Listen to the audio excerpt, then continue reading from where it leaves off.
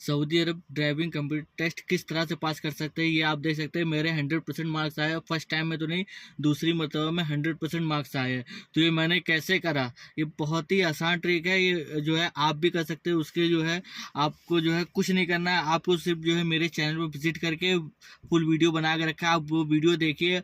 100% आप जो है इंशाल्लाह पास कर जाएंगे, 100% आपके मार्क्स आएंगे।